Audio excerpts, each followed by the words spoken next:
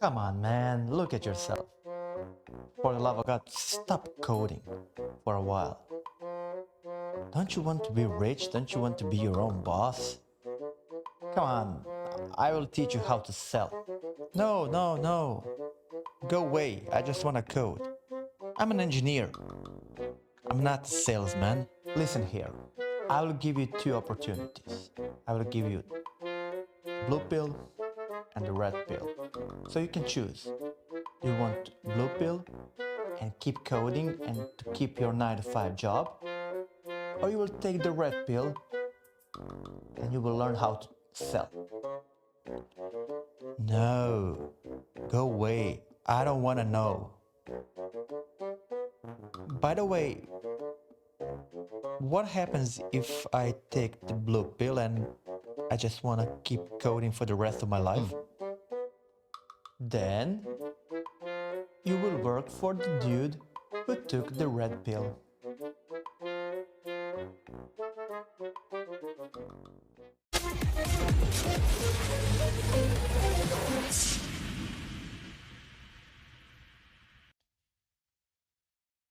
Hello guys, welcome once more to the BY. Today, enough with cryptocurrencies. Let's talk about something that's more down to earth.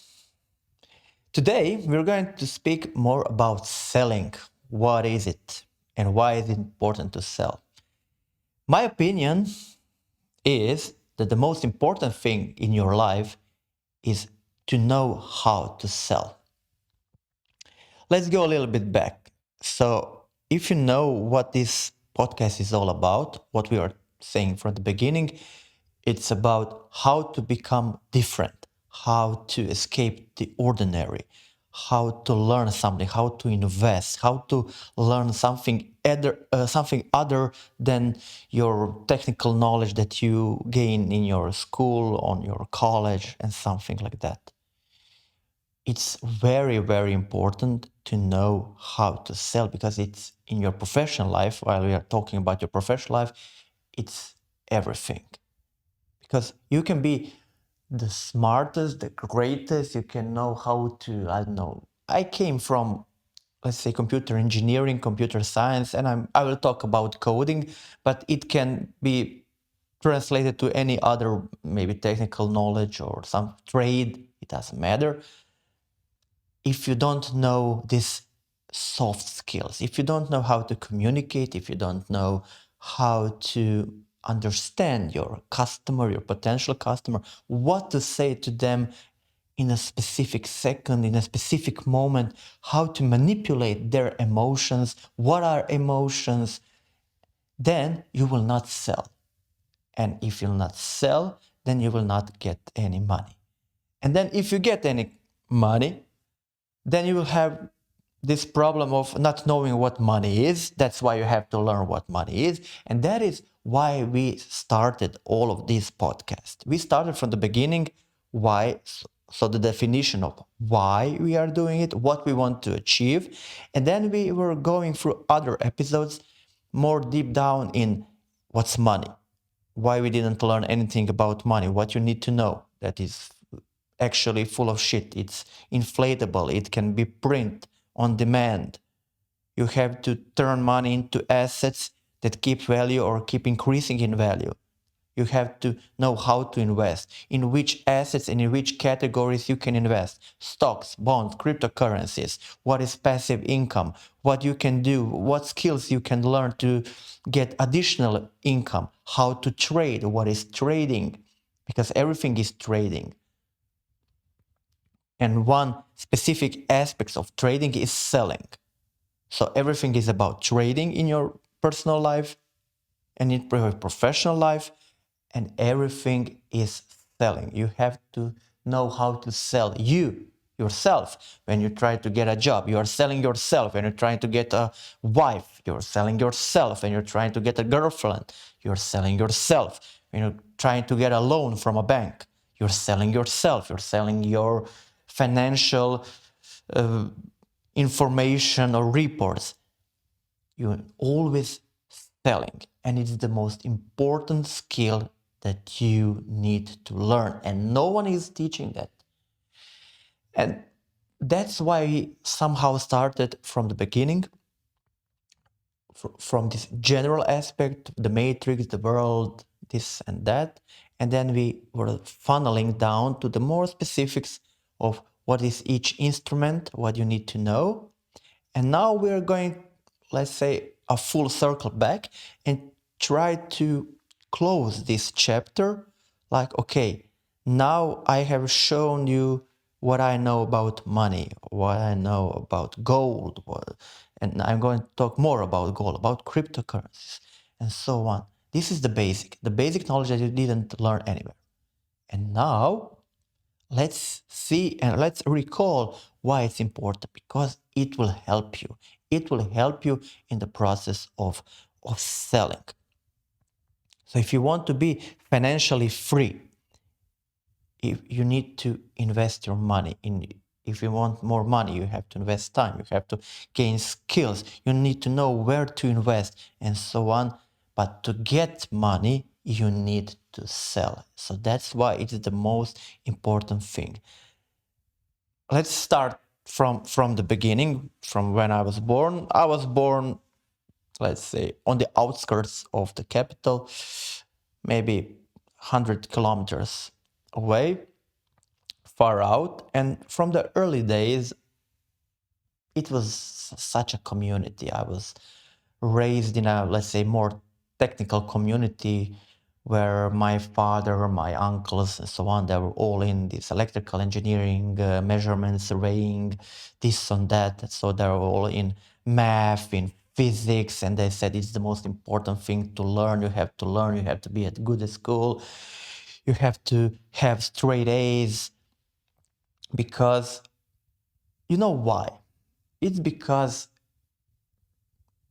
and after all of these years, now I'm almost 40 years old, it's because I believe it's maybe the best for me to believe that they wanted for me the best. And I believe that's true. And that's the best thing that they could teach me. And the things that they know at that time. And they that knew also to know also today. So it's not problem about the environment, and so it's because of their, let's say, not ignorance. They just simply didn't know better. They gave me the best information they had, and they have seen empirically, so there was a lot of evidence around them. If you were good at school, if you have straight A's, then you have a possibility to go to a good high school, then you had a good possibility to go to a good college, specifically technical one, because they saw that the guys were going through these technical colleges, they had an easier time finding a good jobs and working places, and they had a good shot, a good possibility to have a good and decent life. And that's what they know, that's what they have told me, and how I was, let's say, brought up from my early days. But as you know, we all have our own minds, we have our own brains. And when you are young, you are under influence of your parents, of your surroundings, your grandparents, your friends. And you see that what they are saying, and your parents, what they said, what they teach you during the years, that it's true, because you also never seen better. If you have seen someone driving a Ferrari or something like that, there was not a lot of Ferraris that I've seen in my youth, but when you saw it, maybe once in 5 years, it was always like, maybe he's not around from here, maybe he's some kind of criminal or something like that. He's probably doing something illegal. That's why, if you want to be good, honest, hardworking guy, you have to work hard and you have to earn your money, and you have to work for someone, and the best way to do that is go a good school, if it's possible a technical one like programming. It was something That was a propellant industry that had a bright future.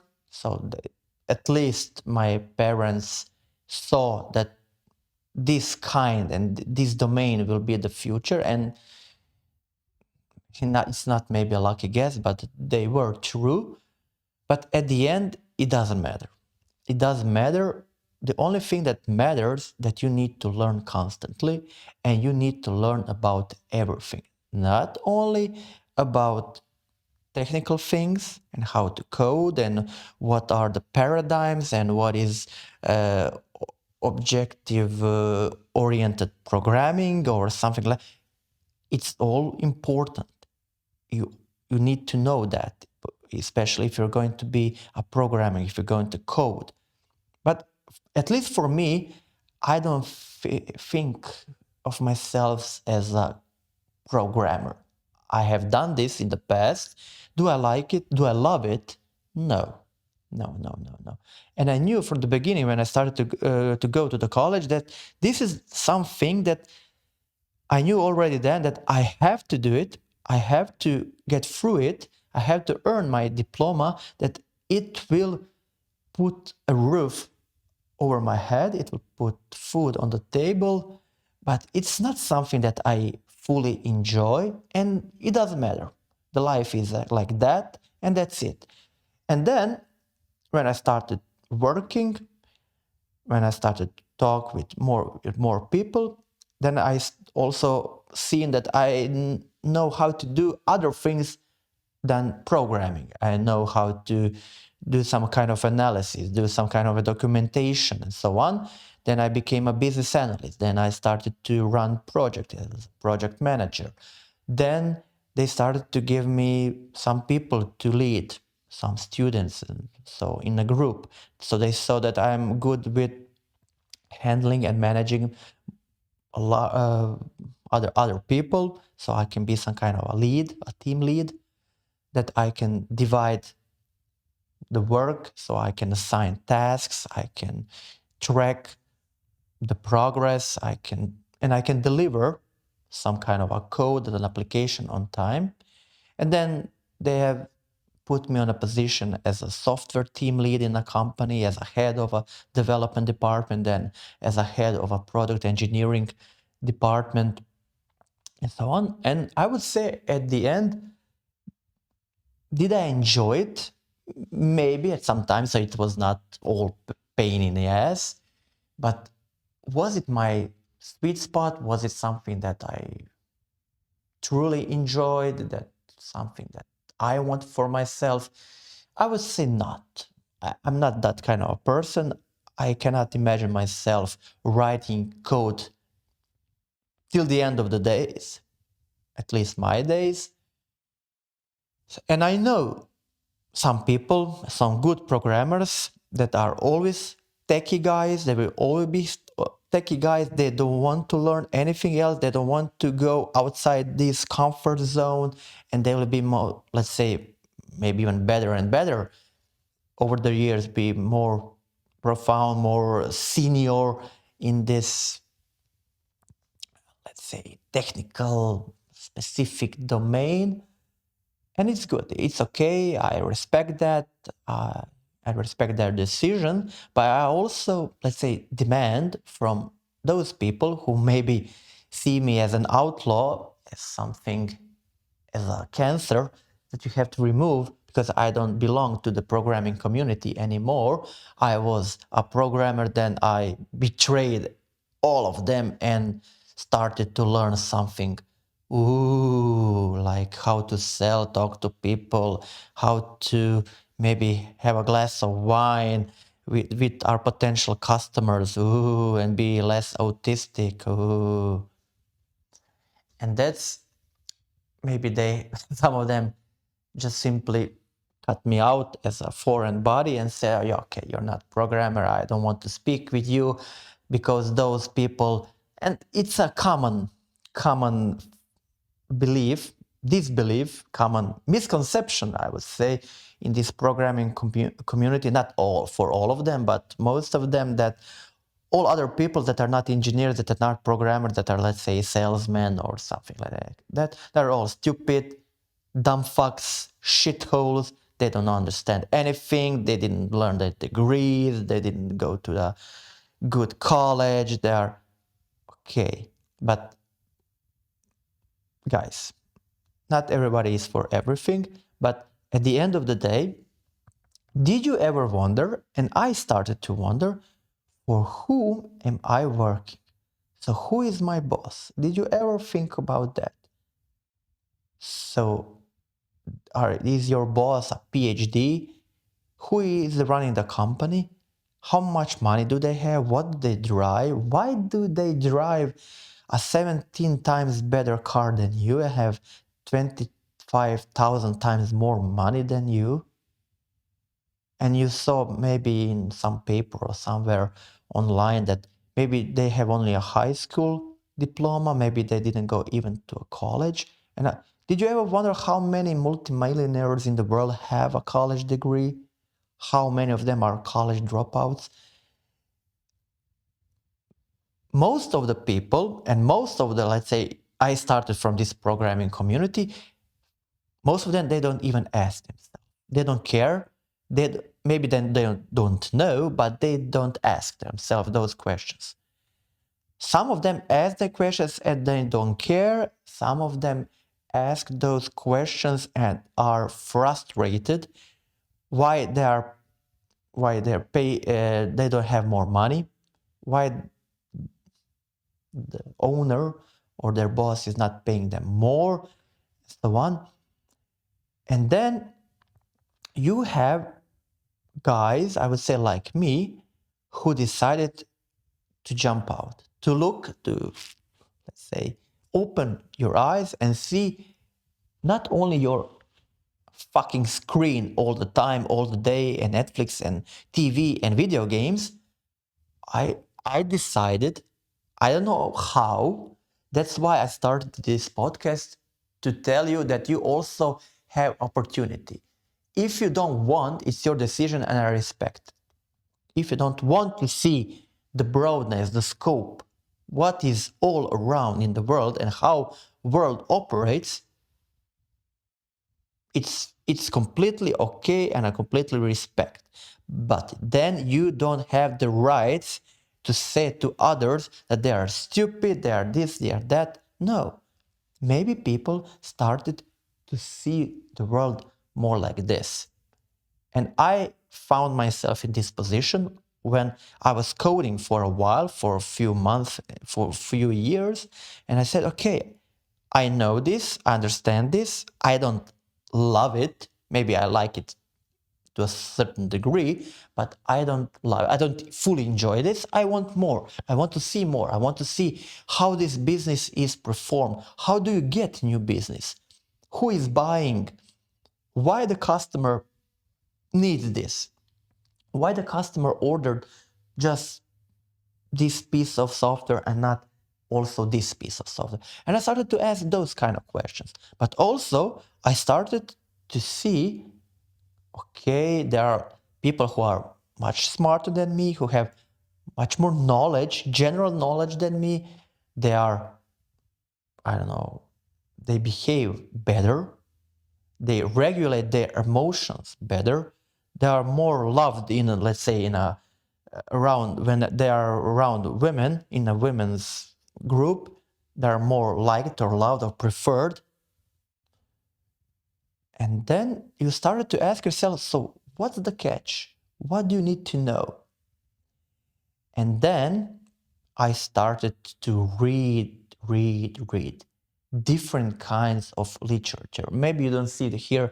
There are some books, but I started to read other things that are not only technical books. They're not about programming, that are not about new frameworks, what is new. If you want to be expert in that, you have to learn that. But if you don't learn anything else, then you will always be in a position where you are. The most stupidest things that you can do is to expect a change in your life and doing always the same thing. That's the stupidest thing.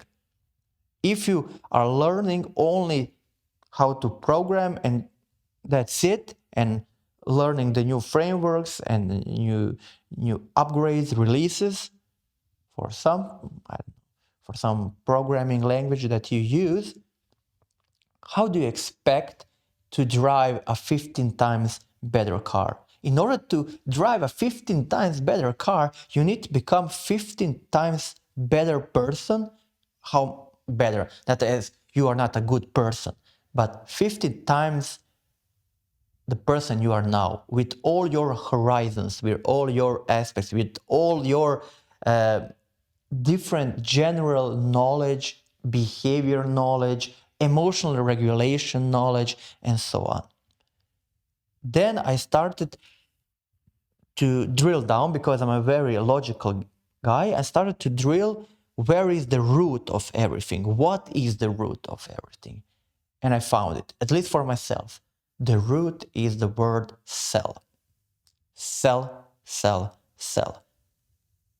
Now I'm just talking about professional life, but also you can, as I said it before, you can take this word and you can apply it to your also private life. Like I said, when you're trying to get some girlfriend, when you are trying to get a wife or something like that, it's always sell. When you need to make a compromise with your wife, it's always a selling process. Maybe you don't think about it like that, but at the end it is. Because you want something from her, and then you're trying to persuade her, you're trying to put in front of her the pros, the cons. If we go with my decision, not yours, with my version of something, not yours, and that's basically selling.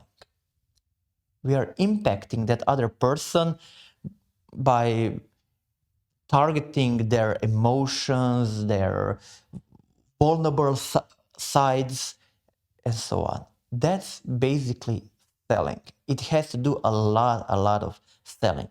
And selling, 99.9% of the selling process is psychological. It's not technical. There are techniques within selling. So those are the things that the guys that are logical, technical programmers, that they will love, because there are procedures that you can take that have shown that in most of the cases, not all the time, because people are not robots, in most of the times you will get this kind of response, this kind of output from people if you do this thing in this way. So if you want to get attention from someone, then I don't know, start repeating the last 3 words they said. If you want to be the smartest guys, talk last in the room. Why? They said, okay, shut up, listen to everyone, and then speak as last. Why? Because then you have an advantage. You have an edge. Why? Because you have heard everyone speaking. You know what his opinion, her opinion, his opinion, you know all of the opinions in the room. And then, even though maybe at the beginning your opinion was something, it doesn't matter. You think that the sky is blue and you wanted to tell to the whole audience that the sky is blue and the sky will be blue because you know that. No, listen to everyone. Because someone will say sky is green, someone will say sky is dark because it's night, someone will say it's red because it's sunset, someone will say this, someone will say that. And then you can modulate and you can modify your starting opinion with the opinion that you wanted to go first and to tell everyone about your opinion and maybe become and turn out stupid.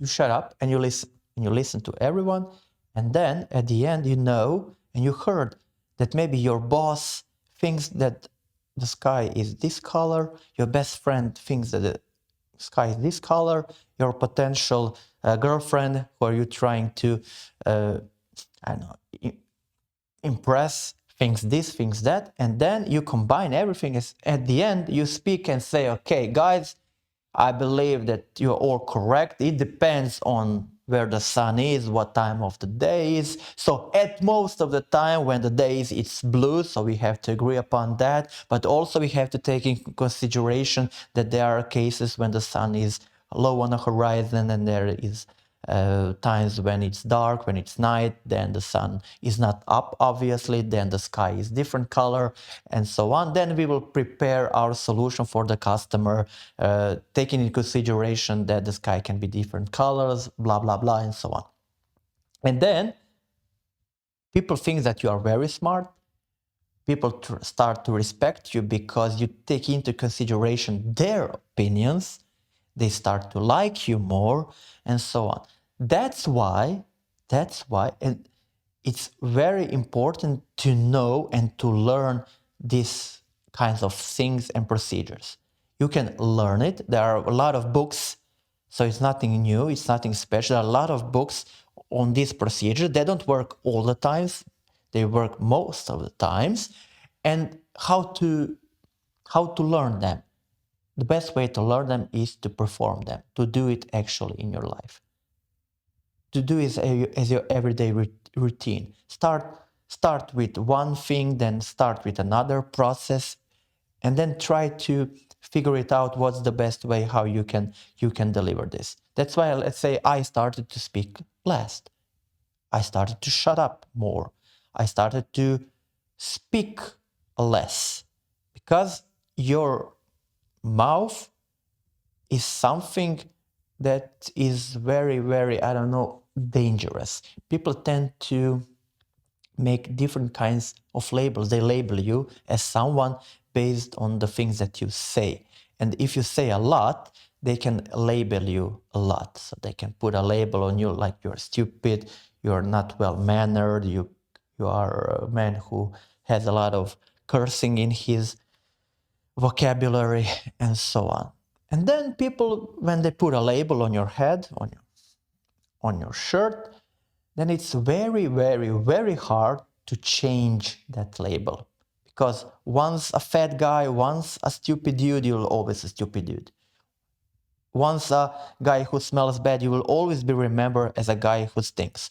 That's why it's very important to know how to manage people, and how to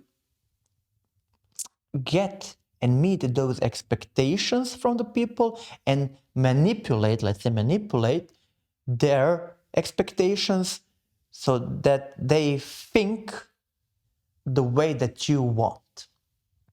Also, the one thing that I will also, let's say, learn you, I will tell you because I learned it. If you want something from someone, let's say to sell it, the best way to do it is to put that thought of not like you need something. If I tell you you need to buy this, he will never buy it, because it's not his opinion, it's my opinion. I think that he needs it.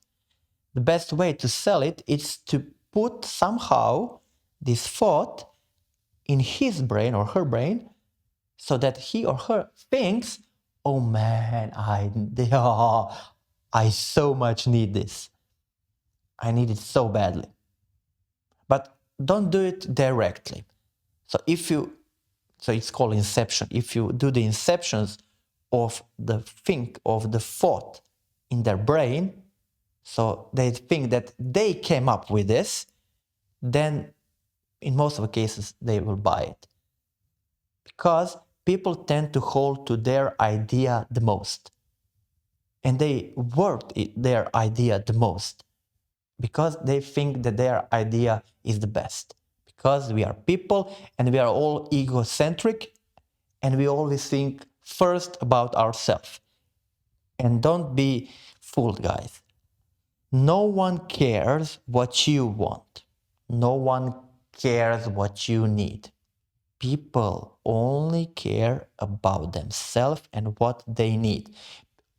Everybody has millions of problems each day, different kinds of problems, personal, private, in private life, professional level, on their workspace. And they care and they think all the time only about that things. And those are their private and professional working things and problems, and they are fighting with them for most of the time, all the day, and that's where their mind is. You need to know when you start to speaking, when you start to selling to someone, where their mind is. Because if they have a rough day, if they cut their finger in the morning and it hurts, and they put a bandage over it and put some alcohol or something, I bet it hurts, I don't know, it makes them uncomfortable, you will not sell anything that day, because you are trying to put some thought into their head, you're trying to convince somebody into something, but they think only about how it hurts and how when he or she comes home will have to make another bandage, he will have to disinfect it once more, and it will hurt even worse because it's a deep cut. You understand? It's all about them. It's okay, I have to go to the kindergarten for my kids, one of them is sick, blah blah blah. It's always about that, and people are always thinking about that. They're not thinking about you and what you want. And stop thinking about it in a way. That's what I learned. I need something, you should give it to me. I need you to buy, I don't know, this, you should buy it. It doesn't work like that. Doesn't work like that. If you want to sell this, first it has to be functional, it has to do something, it has to get somebody some added value. But at the end of the day, you have to put into their brains, into their minds, somehow, indirectly, that they need this. They need this. Okay? So how? I don't know. Doesn't matter. It's every time it's a different story.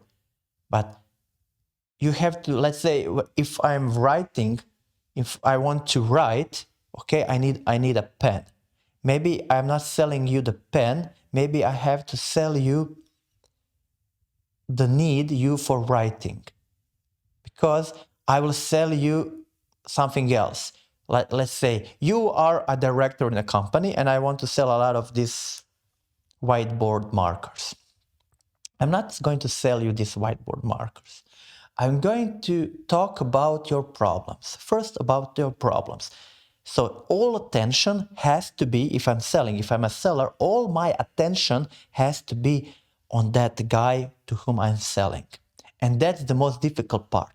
That's the most difficult part because, as I said at the beginning, everyone thinks all the time only about themselves. So also I'm thinking about myself. It's very hard, it's very difficult for 10 minutes, 15 minutes to listen to someone else, really listen to him and put yourself in his shoes, in his position. It's very hard, but you have to do it. You have to learn it. You have to disconnect from yourself and your ego and put that person on the first place for 50 minutes. That's the only way. Put the other person on the first place. That's the beginning and the end of everything. So you have to listen to them. Not selling. You're not selling. Buy this. So you are forcing them. No one will buy it like that. You have to speak about the problems. Why? Or you can speak about the most beautiful and most relaxing and most joyful moments of their life. Why? Because people are buying only for two reasons. Two are reasons why someone will buy something.